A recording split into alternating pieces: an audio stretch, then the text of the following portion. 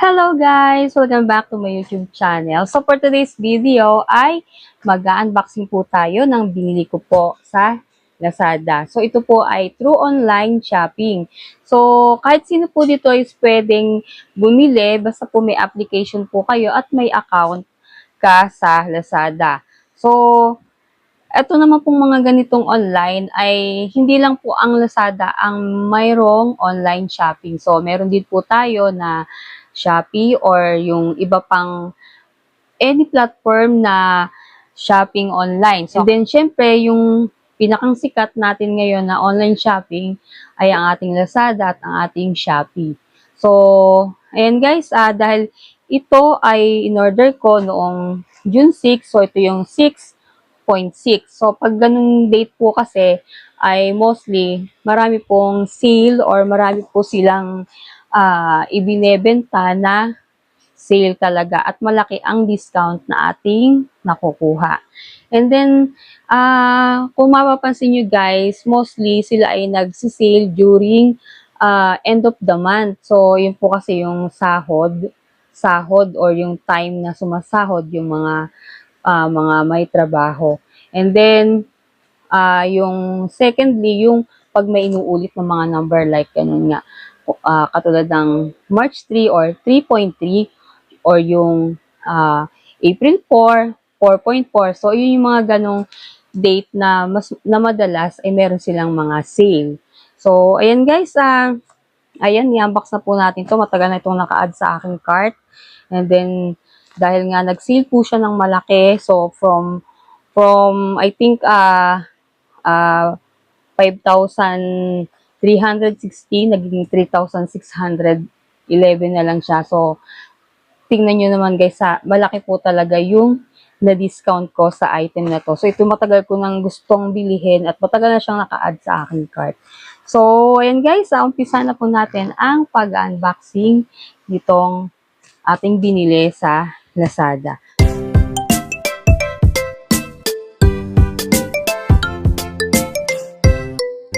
Kung kayo ay o-order sa mga online shopping, so kailangan ay hahanapin nyo talaga yung mga store na legit at hindi kayo mabubudol. So, syempre, unang-una, hanapin nyo yung flagship store.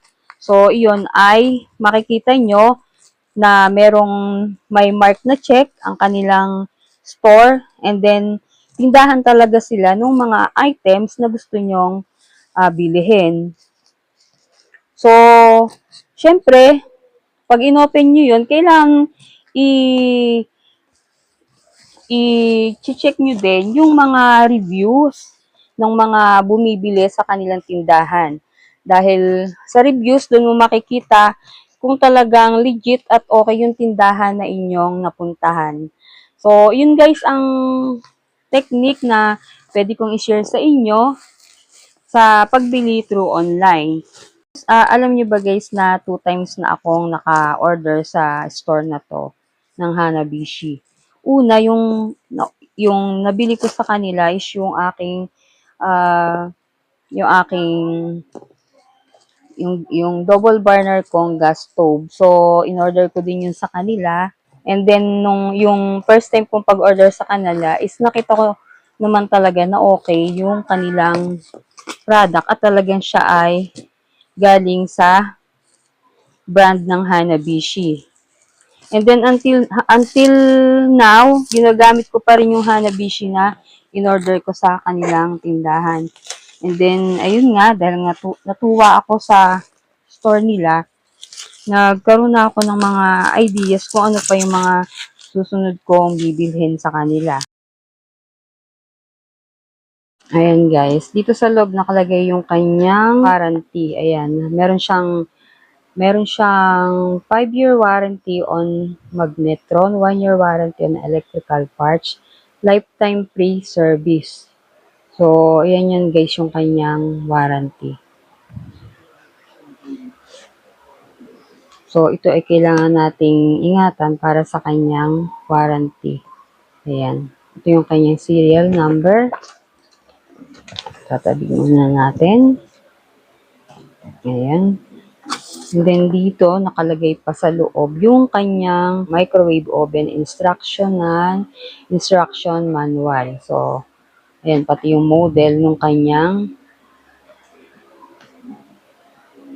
item. So, ayan, please read instruction manually carefully and keep it for the future references. So, ito guys, babasahin lang natin to para sa proper instruction sa paggamit ng ating microwave oven. Ayan. So, ayan, babasahin lang natin to guys. Ayan. So, dito muna yan. And then, eto, dito sa loob, nandito din yung kanyang pinakang, ito guys yung nakapatong. Ayan. Ito yung nakapatong dun sa loob. So, ayan guys, ang makikita natin dito sa loob ng microwave oven ay tatlong klase lang. So, ito yung tatlong parts na gagamitin sa loob ng microwave oven. So, and guys, before po natin na ilagay ito, meron po siya dito na tape. So, tanggalin lang natin para dun sa paglalagyan ng ating ring. So, dito guys ay ito muna ilalagay natin dito sa butas. Ayan. Yan. Lalak lang natin siya doon. And then, pag siya ay naka-fit na or fitted na, ito naman yung ating isusunod na ilalagay. So, ito guys ay may gulong na tatlo. Ayan. So, check nyo rin, double check nyo rin kung okay yung parts niya at walang sira. So far, okay naman at good. Wala po siyang crack or any damage. Ayan. Then, ayan, pwede natin siyang ilagay dito kahit pabaliktad or kahit anong position. Ayan. Pwede ganyan. Pwede rin po siyang sa kabila. So, after nyan, ito, i-place na natin dito sa top ng ating gulong. So, itatama lang natin siya doon. Sasakto lang natin para siya ay mag-fitted. So, ayan guys, nakalock na siya guys. Ayan.